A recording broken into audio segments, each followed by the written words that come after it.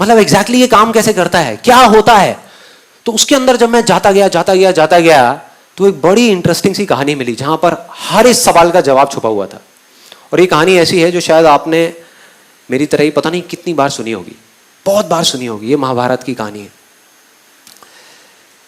एक बार अपने एक आश्रम में द्रोणाचार्य का नाम सुना है सबने? द्रोणाचार्य, उन्होंने पांचों पांडवों को बुलाया किसी चीज के लिए। और जहां वो लोग खड़े थे, जहां पर वो गुरु द्रोणाचार्य खड़े थे और साथ में वो 5 पांडव खड़े थे, उसके सामने एक नदी थी, उसके सामने एक पेड़ के ऊपर एक बर्ड को रख दिया, एक लकड़ी की बर्ड को, लकड़ी के पक्षी को रख दिया। और उन 5 को बोला कि जा करके इस पे निशाना लगाना है, निशाना लगाना है इसकी आंख पे, इसकी आंख पे निशाना लगाना है। और एक एक करके उनको बुलाया। सबसे पहले आया युधिष्ठिर, वहां पर आकर के खड़ा हो गया। अब इस कहानी को ना थोड़ा सा ध्यान से सुनना, बिकॉज हो सकता है आपने बहुत बार सुनी होगी लेकिन ये सोच करके छोड़ दी होगी कि हाँ ठीक है ये तो एक कहानी है। ऐसी बहुत सारी कहानियां सुनते हैं और उसको छोड़ दिया। जबकि अगर ये कहानी समझ आ गई तो आप अपने किसी भी सपने को सच कर सकते हो। मतलब हमारा माइंड क्या करता है, इंफॉर्मेशन के लिए भूखा है हमारा ये माइंड। वो चाहता है कि मैं सब जगह से इंफॉर्मेशन इकट्ठी कर लूं, मैं और जान जाऊं और जान जाऊं और जान जाऊं। जबकि सच में अगर कुछ करना है तो कम जानना है और जितना जानना है उस पर फोकस करना है। एक्चुअल में जो रियलिटी, हम सिर्फ जानने के लिए भाग रहे हैं कि और 4-5 वीडियोस देख लूं और कुछ देख लूं और 10-15 बुक्स पढ़ लूं और गूगल पे कुछ सर्चिंग कर लूं और कुछ जान जाऊं। जितना जानते जाओगे उतना ही कंफ्यूज होते चले जाओगे। तो इस कहानी को ध्यान से समझना। सबसे पहले युधिष्ठिर आया, आ करके वो निशाना लगाने लगा। तो गुरु द्रोणाचार्य ने उनसे पूछा कि तुम्हें क्या दिख रहा है? कहता मुझे सब कुछ दिख रहा है। कहते और क्या दिख रहा है?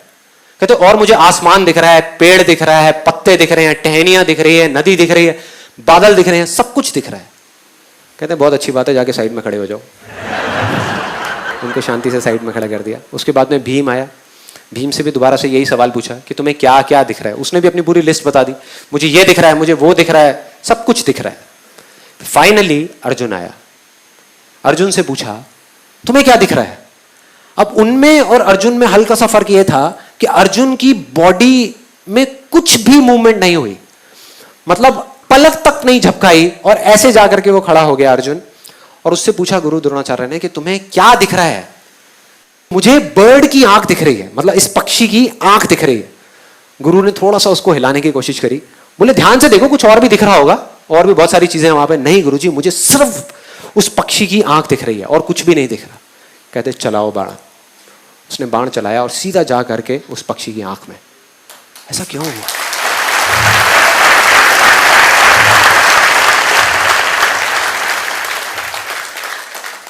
बस इतना सा फर्क है जो आदमी कामयाब हो जाता है और जो नहीं हो पाता उसमें। इतना सा फर्क है जो आदमी अपनी इल्यूजन को रियलिटी बना पाता है और नहीं बना पाता उसमें। फोकस का, फोकस का मतलब कि हमको सिर्फ इल्यूजन बनाने से कुछ नहीं होने वाला, उस पर फोकस करना पड़ेगा। मैंने सेशन के शुरू में क्या कहा था, सिर्फ चश्मा पहनने से रियलिटी नहीं बदलेगी। अगर अभी आपने चश्मा लगा लिया, आप ये नहीं कहोगे दुनिया नीली है, नहीं, आप कहोगे मुझे नीली दिख रही है। लेकिन अगर उस पर आप फोकस करोगे 1 साल तक, 2 साल तक या कुछ महीनों तक, और जब आप भूल जाओगे कि मैंने चश्मा पहना हुआ है, उस दिन आपकी रियलिटी बदलेगी। मतलब कि फोकस करना पड़ेगा। इन सिंपल वर्ड्स कि जो भी आपका इल्यूजन है, जैसा भी है, अगर उस पर आपको फोकस करना आ जाए किसी भी तरीके से, तो उसको रियलिटी बनने से दुनिया की कोई ताकत नहीं रोक सकती, कोई नहीं रोक पाएगा।